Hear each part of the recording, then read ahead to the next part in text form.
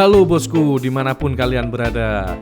Pengen nonton film, tapi waktu dan kuota kamu pas-pasan? Tenang, di sini kami akan ringkas alur ceritanya, biar kamu tetap paham dan gak ngabisin kuota. Sebelum kita gas, pencet dulu tombol like dan subscribe. Gaspol bosku. Berlatar di tahun 1870-an di kota San Francisco. Kisah akan berfokus pada seorang pemuda bernama Asham yang merantau ke Amerika bersama dengan ratusan orang lain dari Cina. Namun berbeda dengan orang-orang itu yang bertujuan untuk mengadu nasib. Asham datang justru mencari saudara perempuannya yang menghilang sejak 2 tahun yang lalu. Sayangnya, karena saat itu Asham datang menggunakan kapal pekerja, dia harus merasakan perlakuan tidak enak dari petugas yang mengurus kedatangan mereka. Hal tersebut terjadi karena pada dasarnya para pekerja yang datang jauh-jauh dari Cina itu rela dibayar murah dan juga tidak ada satupun dari mereka yang bisa berbahasa Inggris. Di mana hal itulah yang membuat beberapa kelompok warga lokal, termasuk para petugas di sana, akhirnya memandang rendah mereka. I wouldn't do that again if I were you. Fucking slang and talk American. Namun, di sini Asham ternyata mampu berbahasa Inggris dengan lancar, berkat dulu pas sekolah jarang bolos. Sehingga ketika dia melihat sesama orang Cina diperlakukan kurang pantas oleh petugas, Asham tidak tinggal diam dan langsung turun tangan untuk membantunya. Somebody chink needs to learn his buddy over there.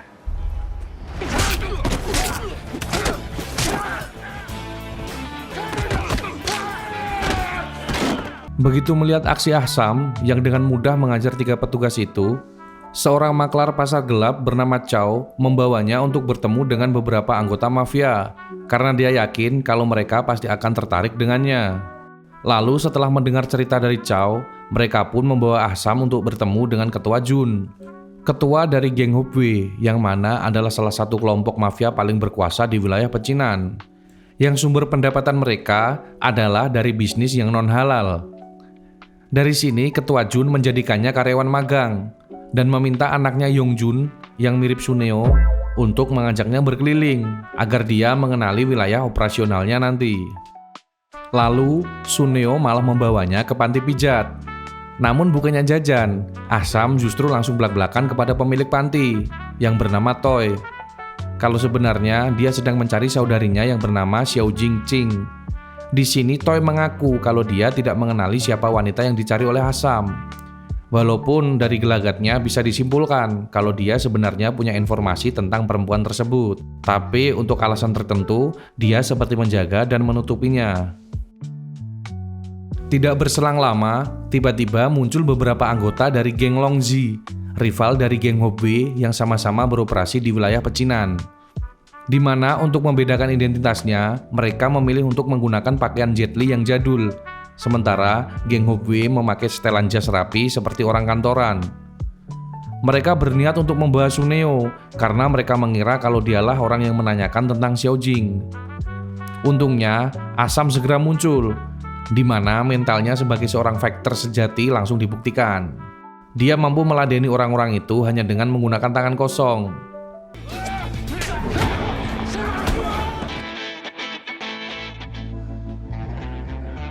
Setelah kejadian itu, Ketua Jun pun tidak meragukan kemampuan Asham lagi. Dia akhirnya secara resmi direkrut menjadi salah satu anggota resmi mereka.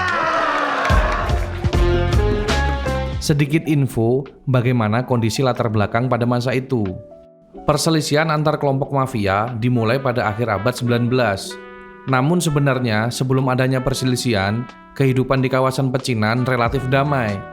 Karena banyaknya para pendatang yang dibuli oleh warga lokal karena para pendatang dianggap telah merebut lapangan kerja mereka. Pengusaha di sana juga lebih memilih pendatang karena gaji yang lebih terjangkau.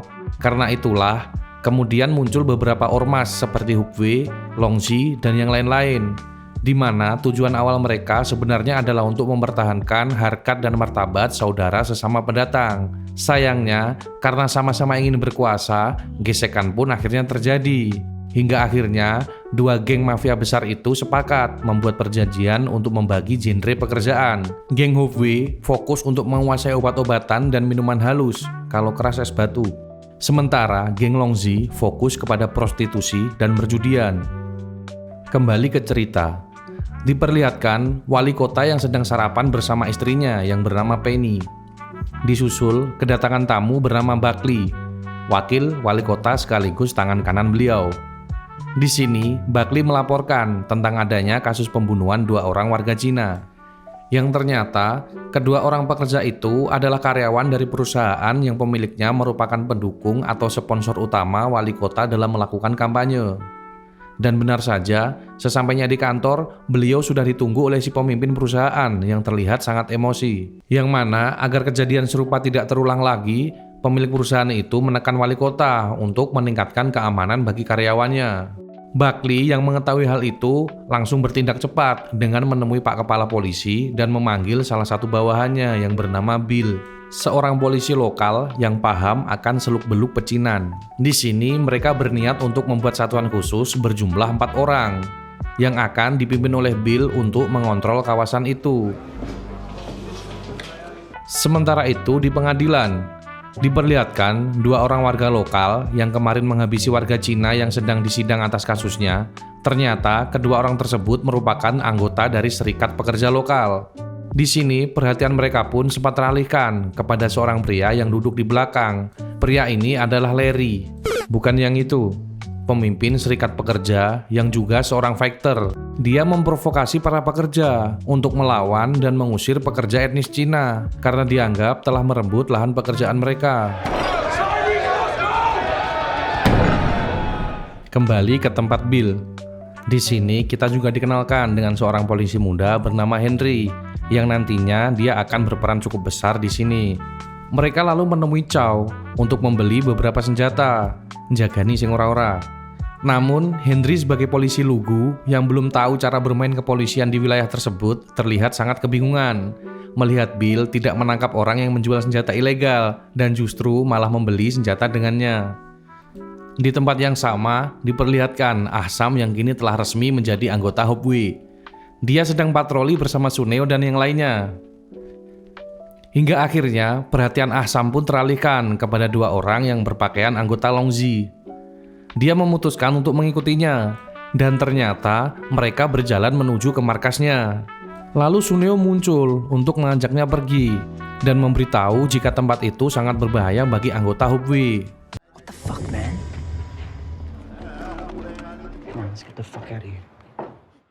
Malam harinya, bukannya menjauhi tempat tersebut, Ahsam justru nekat mendatangi markas Longzi dengan alasan mencari saudarinya yaitu Xiaojing. Mereka lalu membawa Ahsam ke dalam. Di sana dia disambut BA Sampo yang bernama Liong, anggota Longzi sekaligus tangan kanan dari pemimpin mereka. Di sini Liong menanyakan apa tujuannya mencari Xiaojing. Namun terlihat Ahsam hanya diam dan tidak ingin memberitahunya. Karena sebagai seorang fighter dilarang banyak omong, akhirnya mereka pun gelut.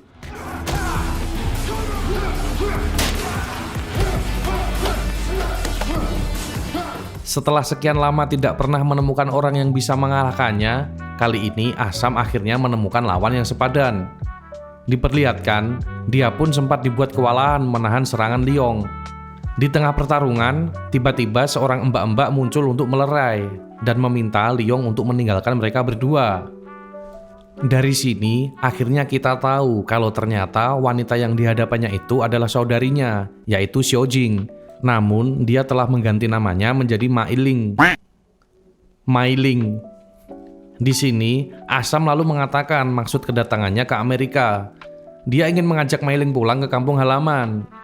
Namun di saat itu juga, Mailing langsung menolaknya, mengingat kini dia telah menjadi istri seorang pemimpin dari Longzi. Dan ketika Mailing mengetahui bahwa Ahsam telah bergabung dengan Hopwe, dia pun segera mengusirnya dari sana.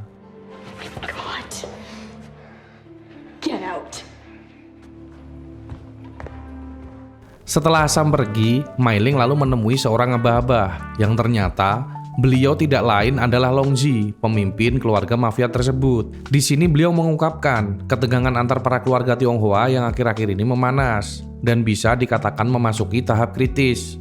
Longzi meminta kepada Mailing untuk mengatur pertemuan dengan pemimpin Hopwe sebelum terjadi perang besar yang pasti merugikan saudara mereka sendiri.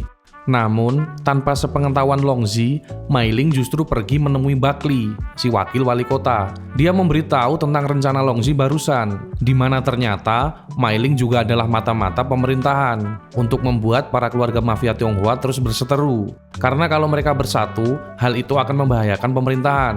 Di sini, Mailing meminta Buckley memberinya obat-obatan terlarang untuk terus memupuk permusuhan di antara kedua keluarga mafia tersebut. Sementara itu, Toy baru saja mendengar kabar soal 2 orang serikat kerja yang tempo hari menghabisi warga Cina dibebaskan karena menyuapi oknum polisi. Dia langsung bergegas mencari kedua orang tersebut. Dan di sini diperlihatkan bahwa tidak sesuai namanya, Toy nggak bisa diajak main-main. Dia tanpa ragu menyerang kedua orang tersebut hingga arwahnya menghilang dari Len.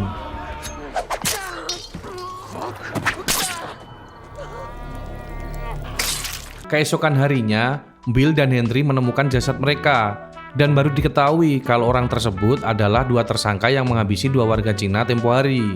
Kejadian tersebut tentu saja membuat Larry sebagai pemimpin serikat pekerja emosi dan menekan Bill untuk menangkap siapapun orang Cina yang melakukan hal itu dan juga mengembalikan uang suap yang sebelumnya telah dia berikan kepadanya.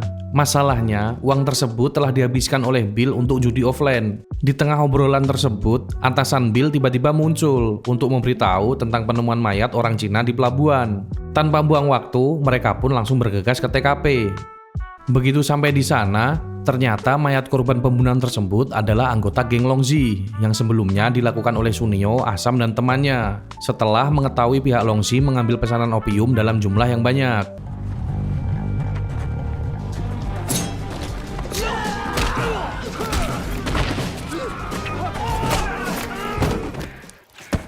Bahkan, mereka tidak segan-segan membakar opium milik Longzi sebagai tanda peringatan. Tanpa mereka sadari, hal itu adalah ulah Mailing untuk terus memicu perselisihan antara keluarga mafia Cina. Tidak berselang lama, Leong muncul untuk membawa jenazah tersebut.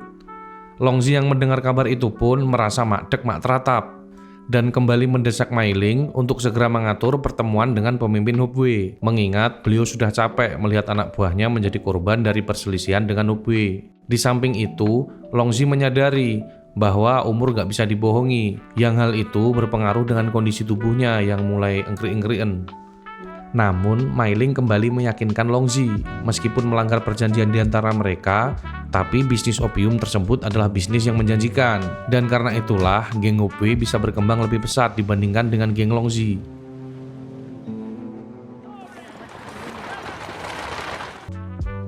Malamnya diperlihatkan juga kalau para anggota Longzi dapat dengan mudah mengetahui bahwa seorang polisi telah mengkhianati mereka. Leong tanpa ragu langsung mengeksekusinya karena polisi itu bermain menjadi agen ganda yang membuat anggota mereka dihabisi oleh Hubei. The fuck are you talking about? Lanjut, keesokan harinya diperlihatkan Penny, istri dari wali kota, dan asistennya seorang Tionghoa yang sedang diganggu oleh 2 orang pekerja lokal. Bahkan mereka tidak segan-segan menyerang Penny tanpa mengetahui siapa wanita tersebut. Beruntung, Ahsam muncul tepat waktu. Dia dengan mudah berhasil melumpuhkan kedua pekerja tersebut. Namun, alih-alih mendapat sangu, Ahsam justru disabet dan ditangkap oleh Bill untuk dibawa ke kantor, lalu dimintai keterangan.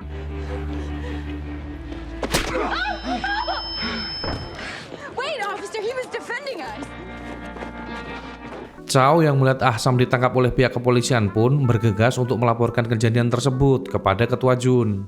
Namun beliau secara tegas menolak membebaskan Ahsam dengan alasan kawasan pecinan saat ini sedang menjadi pusat perhatian pemerintah atas kasus pembunuhan yang terjadi akhir-akhir ini. Takutnya jika mereka bergerak lebih dalam, hal itu akan berpengaruh dengan bisnisnya. Sementara itu, Penny yang merasa bersalah kepada Ahsam diperlihatkan sedang menemui suaminya. Dia minta agar Pak Wali melobi ke kantor polisi agar mereka membebaskan Ahsam. Tentu saja suaminya langsung menolak permintaan itu karena Ahsam adalah anggota Hubei, mafia yang terkenal sadis dan kejam. Sehingga hal itu akan membahayakan karirnya jika dia ketahuan berhubungan dengan Hubei. Di sini juga diperlihatkan ayah dari Penny yang menemui wali kota untuk membicarakan tentang mega proyek yang dijanjikan olehnya, yaitu pembuatan jalur kereta antar kota dengan anggaran pemerintah setempat. Hal itu pun menegaskan bahwa ayah Penny sengaja mengorbankan perasaan anaknya untuk mempermudah bisnisnya. Larry selaku ketua serikat pekerja telah mendengar kabar bahwa ayahnya Penny akan mendapat proyek besar dari wali kota. Dia lalu mengancam ayah Penny untuk memperkerjakan atau memprioritaskan anggotanya terlebih dahulu daripada warga Cina. Padahal kontrak kerja belum ada di tangan dan anggaran pun belum turun. Di sisi lain, setelah gagal meminta bantuan kepada suaminya, Penny nekat ke kantor polisi untuk menemui Ahsam dengan tujuan berterima kasih dan minta maaf karena dirinya tidak bisa mengeluarkan Ahsam dari penjara tersebut. Di sini dia sempat terkejut ketika mengetahui kalau Ahsam sangat fasih berbahasa Inggris. I'm not a murderer. How did you learn to speak English? Ahsam menjelaskan kalau situasinya sedang ruwet, mengingat saat ini pihak kepolisian sedang mencari kambing hitam atas kasus pembunuhan 2 pekerja lokal yang dihabisi oleh Toy tempo hari. Dan untuk meredam amarah Larry sebagai pemimpin serikat pekerja lokal dan anggota lainnya. Hal itulah yang membuat Ahsam tidak bisa berbuat banyak selain menerima hukumannya. Singkat cerita, Ahsam lalu dibawa ke persidangan untuk disidang mengenai kasus pemukulan 2 orang pekerja. Tidak hanya itu, jaksa juga menuntut kalau Ahsam adalah pelaku atas pembunuhan 2 orang pekerja tempo hari, yang padahal tanpa mereka ketahui pelakunya adalah Toy. Namun karena belum ada bukti temuan yang jelas, hakim pun tidak bisa memproses tuduhan tersebut. Pengacara Ahsam juga sempat melakukan pembelaan kalau tindakan Ahsam murni dilakukan untuk membela diri dan untuk menyelamatkan seseorang. Akhirnya, hakim memberikan kesempatan di sidang berikutnya kepada pihak pelapor untuk menghadirkan saksi atas dugaan pembunuhan tersebut. Dan jika tidak, maka dia akan terbebas dari hukuman penjara.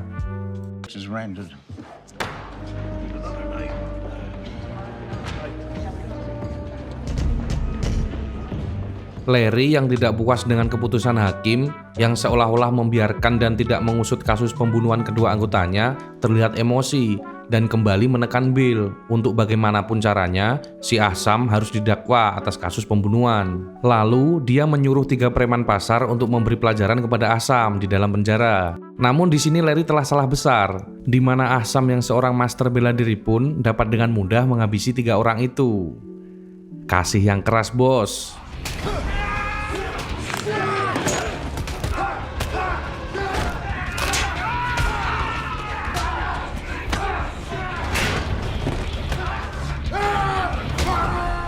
Sementara itu, di tempat lain, diperlihatkan seorang agen judi offline yang sedang menyetorkan uang kepada Mei Ling.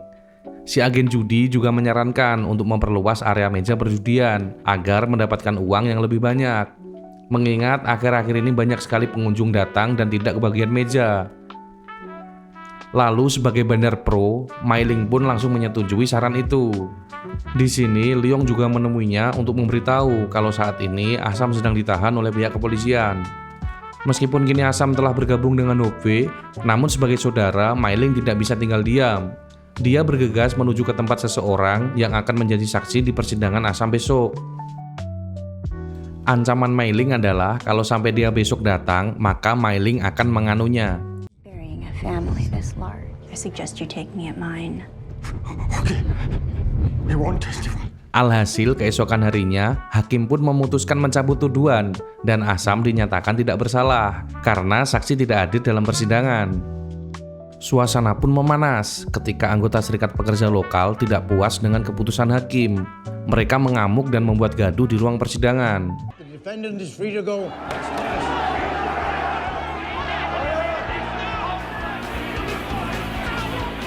Di sisi lain, wali kota sempat mencoba menenangkan situasi tersebut.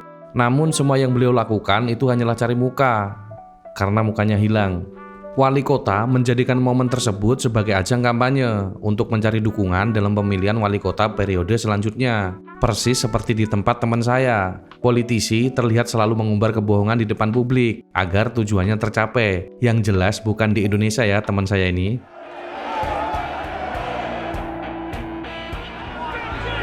Lanjut, sementara itu Ahsam tidak bisa keluar karena kerumunan pendemo berada di depan kantor pengadilan.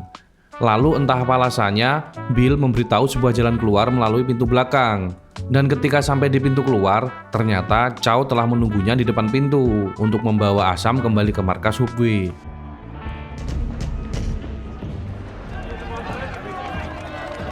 Hal itu juga menegaskan kalau apa yang dilakukan Bill di dalam penjara murni karena tuntutan dan kebutuhan, di mana dia tidak ada masalah personal sama sekali dengan etnis Cina seperti warga lokal yang lain.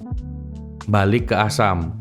Di tengah perjalanan, Chow sempat memberitahu kalau yang membantu membebaskannya dari penjara bukanlah pemimpin Hubway, melainkan Mai Ling. Sedikit info lagi, jadi sampai saat ini belum ada satupun orang yang tahu kalau Asam dan Mai Ling adalah saudara kandung. Who the hell is my name? You know, that might be the smartest thing you've said since I first met you. Sesampainya di sana, Asam lalu disambut oleh Suneo dan yang lain. Untuk merayakan kebebasannya, mereka lalu minum ARK tipis-tipis. Dan tak berselang lama, Ketua Jun muncul, di mana beliau secara terang-terangan memarahi dan memberi hukuman kepada Asam, karena menurutnya Asam telah bertindak sendiri tanpa tahu apa risikonya. Dan setelah semuanya berakhir, Ketua Jun lalu merayakan kembali kedatangan Asam. It's fucking time for a drink.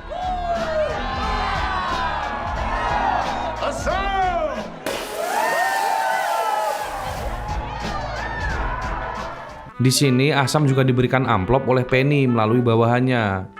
Tapi alih-alih bilang makasih, Asam justru mengikuti bawahan tersebut untuk mengembalikan amplop itu secara pribadi kepada Penny. Dan saat ketemu, mereka justru seperti tertarik satu sama lain. I remember. Di sisi lain, diperlihatkan Larry dan rombongannya sedang berkunjung ke rumah anggotanya. Anggota yang seharusnya jadi saksi palsu, namun malah absen karena diancam oleh Mai Ling. Di sini, Larry yang udah marah brutal, lalu mengusir mereka dari kota tersebut dan menjadikan rumah mereka api unggun untuk orang sekitar. Take your family and leave San Francisco.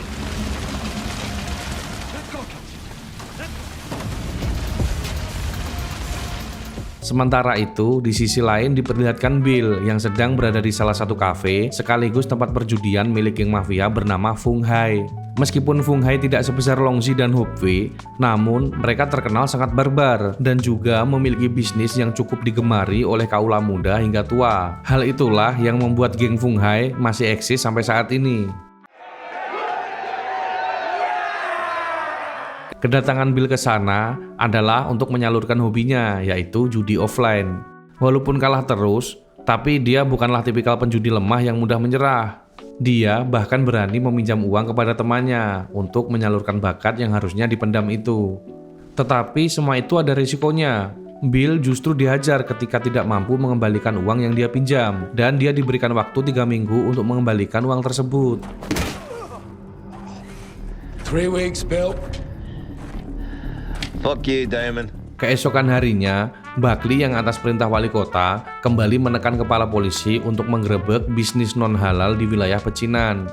Karena takut gajinya dipotong, kepala polisi pun langsung gas ke TKP. Dia juga menyuruh Henry untuk menjemput Bill di rumahnya, lalu segera menyusul.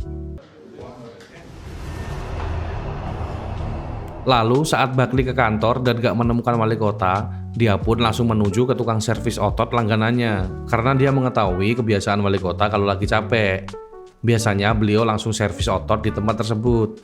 Hal itu dilakukan Buckley untuk menyelamatkan reputasi Pak Wali Kota di hadapan kepolisian, mengingat sebelumnya Buckley telah mengutus kepolisian untuk menggerebek tempat tersebut. God damn it. Mr. Mayor, Sergeant. Lanjut, begitu sampai di sana, pihak kepolisian langsung menggerebek tempat itu. Dan diperlihatkan pihak polisi hanya menangkap warga Cina, tapi membiarkan warga pribumi lepas gitu aja. Situasi pun mulai memanas ketika ada seorang anggota geng mencoba melawan pihak kepolisian. Lalu dengan sangat enteng, polisi itu menembaknya di tempat.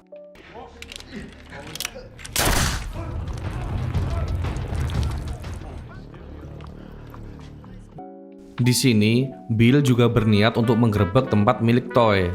Namun, ketika Toy mengeluarkan angpau, Bill yang BU karena ingat harus membayar utang, akhirnya mengurungkan niatnya dan menerima angpau itu. Thank you for your cooperation, Mom. Sementara itu, puluhan imigran Cina dibawa ke kantor polisi.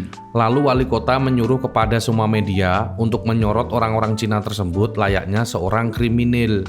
Dan seolah-olah beliau telah menertibkan wilayah itu, yang padahal itu hanyalah demi mendapat simpati atau dukungan dari warga lokal untuk pemilihan periode selanjutnya. Nobody move. Di sisi lain, diperlihatkan Suneo dan Ahsam yang sedang sarapan. Suneo lalu memperkenalkan tangan kanan ketua Jun, yaitu Bolo. Dulunya, Bolo adalah seorang kuli proyek di jalur kereta api dan dikenal sebagai pemuda brutal. Bahkan dia memiliki julukannya sendiri, yaitu Setan Kuning. Hingga akhirnya, dia diselamatkan oleh ketua Jun dan mendapat kepercayaan untuk menjadi tangan kanannya hingga saat ini. Shut the fuck up, baby June. Come on, you look like shit. Lalu, Ahsam kembali didatangi oleh bawahan Penny. Di sana, Penny malah menggoda Ahsam untuk ewer-ewer. Setelah nganu, mereka saling bercerita. Tujuan Ahsam datang ke sana adalah untuk menjemput saudarinya. Sementara Penny, dia mengorbankan dirinya untuk menikah dengan wali kota demi menjaga kekayaan ayahnya dan agar adiknya bisa tetap hidup berkecukupan. Sementara itu, diperlihatkan Mailing yang datang ke tempat Chow untuk membeli sebuah senjata rahasia. Tidak hanya itu, dia juga meminta kepada Chow untuk mengatur pertemuan dengan pihak Fung Hai. Karena seperti yang diketahui, selain menjadi pedagang senjata ilegal, Chow adalah orang yang cukup disegani dan dikenal memiliki koneksi yang luas, dari toko spare part sampai grosir jilbab. Pokoknya isi hedek badi, panggah digas. Chow sempat mencegah Mailing untuk melakukan upaya tersebut, mengingat tidak ada yang soleh dari geng mafia Fung Hai. Namun setelah Mailing ngeyel dan meribeni tanggane, Chow pun akhirnya setuju dengan permintaan Mailing. Okay. Singkat cerita, akhirnya pertemuan antara Longzi dan Fung Hai pun terjadi. Dan di luar dugaan, kata-kata ketua Fung Hai selalu merendahkan wanita. Tapi di sini Mailing terlihat B aja, karena tanpa sepengetahuan ketua Fung Hai, secara diam-diam dia meracuni makanannya. Akhirnya si ketua Fung Hai pun turu di meja makan. Ternyata Mailing telah mempunyai rencana dengan wakil ketua Fung Hai dan mengambil alih jabatan sebagai ketua baru, yang mana orang tersebut lebih lunak untuk diajak kerjasama. Understand you have a proposition. Lalu malam harinya, secara diam-diam Mailing kembali mengajak Ahsam bertemu dan ngobrol secara empat mata di dalam kereta kuda. Di sini Mailing memberikan tiket pesawat kepada Ahsam. Dulu emang udah ada pesawat ya?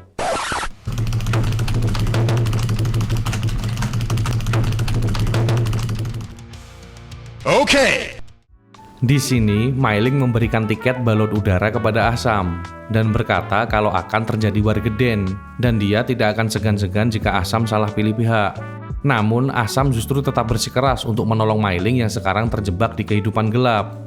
Keesokan harinya, Suneo dan Ahsam diberi job oleh ketua Jun untuk mengantarkan peti mayat keluar kota dengan naik delman istimewa tapi tidak duduk di muka.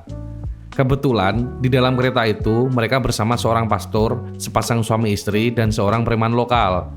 Diperlihatkan betapa rasisnya orang kulit putih yang dengan entengnya menghina orang Cina di depannya.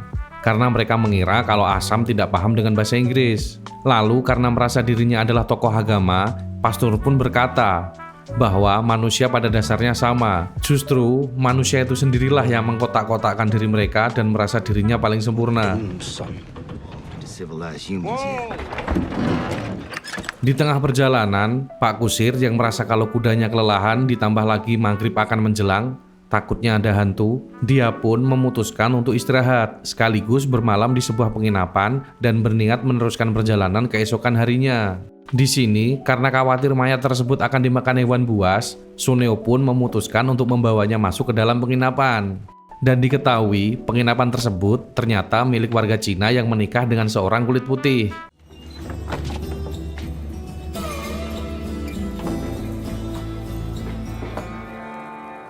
Di sini mereka diberi makanan khas Cina untuk mengobati rasa rindu kampung halaman.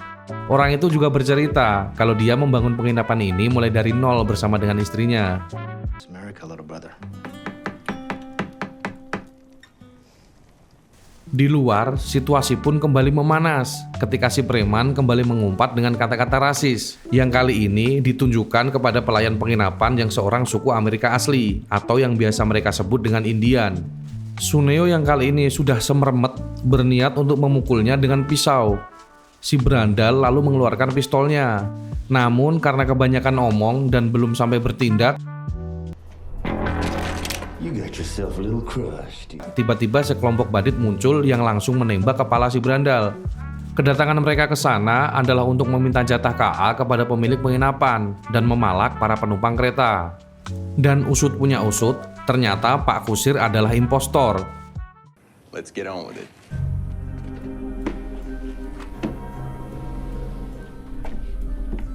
Awalnya, Ahsam dan Suneo memberikan beberapa uang di kantong mereka. Namun tidak cukup sampai di situ.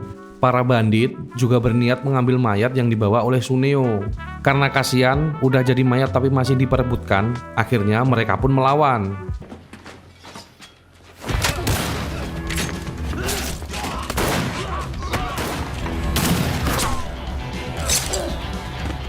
Alhasil, mereka bisa menghabisi 3 di antara bandit tersebut, kecuali si pemimpin bandit yang justru berhasil kabur.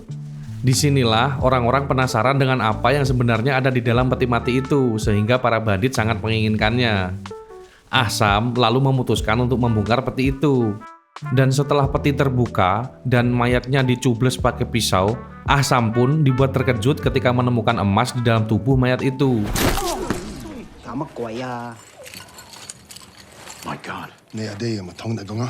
Dan dari sinilah akhirnya mereka baru mengetahui alasan dibalik para bandit menginginkan peti mati itu. Melihat hal itu, istri pemilik penginapan yang statusnya adalah Akamsi langsung bisa memastikan kalau para bandit tersebut akan kembali malam nanti dan kemungkinan akan membawa rombongan yang lebih banyak untuk mengambil emas tersebut sekaligus sebagai aksi balas dendam. Di sini, Ahsam akhirnya menunjukkan kalau dia sebenarnya paham dengan semua omongan mereka dari awal. Dia dan Suneo sempat berniat untuk pergi meninggalkan orang-orang tersebut.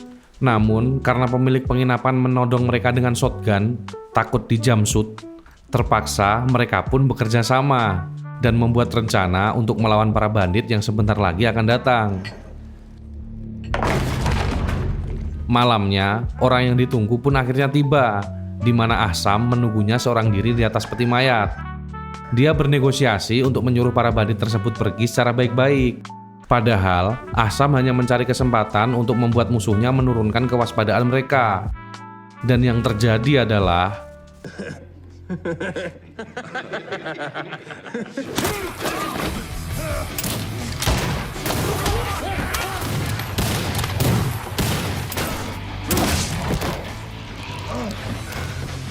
akhirnya semua bandit tersebut berhasil dibuat kenok.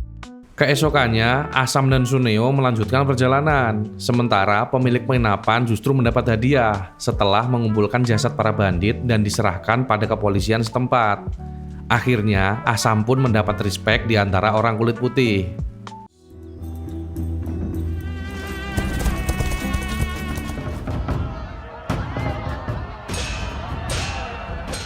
Singkat cerita, setelah beberapa hari berlalu, diperlihatkan para etnis Cina yang sedang merayakan acara tahun baru Imlek besar-besaran. Terlihat juga Mei Ling, Liong, dan para petinggi Hubei juga menghadiri acara tersebut. Bill dan Henry sebagai polisi di pecinan juga terlihat berada di sana. Lalu, anggota Fung Hai tiba-tiba melemparkan granat tepat di bawah tribun Ketua Jun.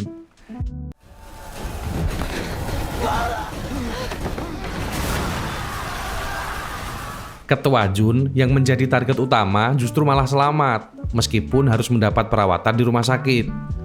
Sementara itu, Ahsam akhirnya menemui Suneo yang sedang dibuat khawatir melihat kondisi ayahnya. Dia menyimpulkan kalau pelaku dari insiden tersebut adalah geng Fung Hai yang bisa mereka kenali dari tato di wajah mereka. Namun, Suneo belum mengetahui apa motif dibalik penyerangan tersebut, mengingat sebelumnya Hubei dan Fung Hai tidak memiliki masalah sama sekali.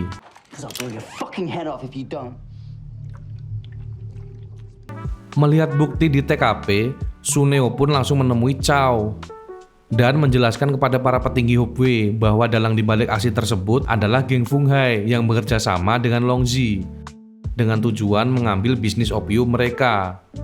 Dan begitu sampai di sana, diperlihatkan betapa brutalnya geng Hopeway dalam menghabisi semua orang yang ada di tempat tersebut.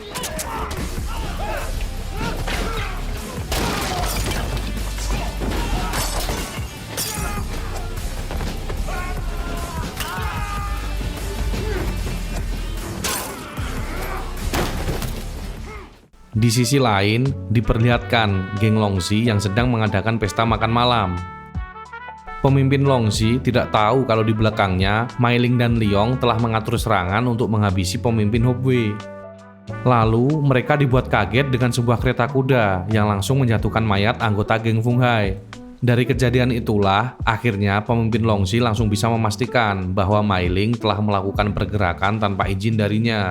Sadar akan masalah tersebut melibatkan anggota gengnya, Ketua Longxi pun langsung menemui Ketua Jun di sebuah kuil.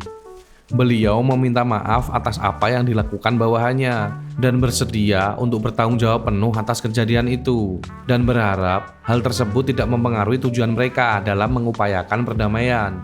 Di sini, Ketua Jun juga sadar bahwa pemimpin Longxi tidak akan melakukan hal sepengecut itu.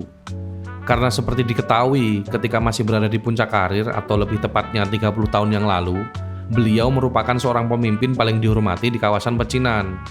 Lalu, Ketua Jun pun meminta satu syarat, Longxi harus menertibkan Fung Hai terlebih dahulu sebelum mereka melakukan gencatan senjata. Disinilah sesuatu yang orang awam seperti kita kurang paham, kayaknya saya aja yang nggak paham. Meskipun hubungan para ketua tersebut di depan terlihat baik-baik saja, namun faktanya di belakang mereka masih berselisih.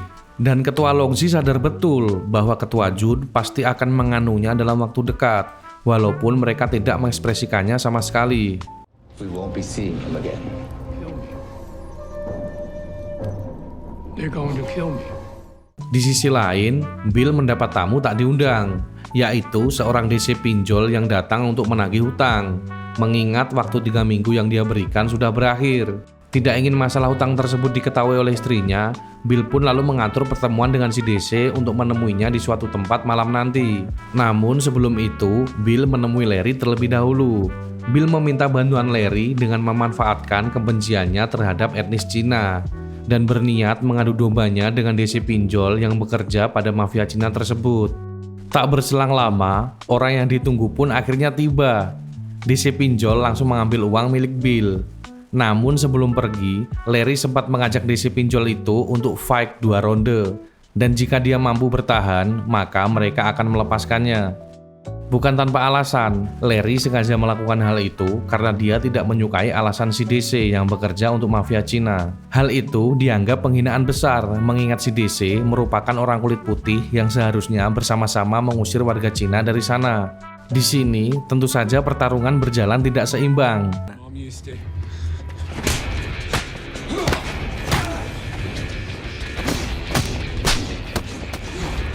Terlihat, si DC pinjol yang hanya bisa bertahan dan berusaha menghindari pukulan dari Larry tampak mulai kelelahan. Dan akhirnya, DC tersebut rungkat dan bonyok kabeh. Selesai dengan DC pinjol tersebut, dia lalu menyuruh Bill untuk finishing. Karena jika DC tersebut masih hidup, entah apa yang terjadi ke depannya, Larry tidak akan melindunginya. Give him their fucking herbs. What do you think he's gonna do? Di sisi lain, diperlihatkan Ketua Longxi dan Mai Ling yang sedang berada di rumah persembunyiannya yang berada jauh dari wilayah pecinan. Karena seperti yang diketahui, pertemuannya dengan Ketua Jun tempo hari mengundang aksi balas dendam, dan untuk sementara waktu dia bersembunyi di sana. I'm not safe anywhere. Di saat yang bersamaan, Ahsam dan Suneo sedang nongki santai sambil bergosip. Suneo memberitahu kalau saat ini Bulu sedang dijob Ketua Jun untuk menghabisi pemimpin Longxi dan istrinya di tempat persembunyiannya. Sadar akan skill Bulu selama ini, Ahsam yang mengetahui saudarinya dalam bahaya pun langsung pamit pulang dan bergegas menyusul saudarinya ke TKP.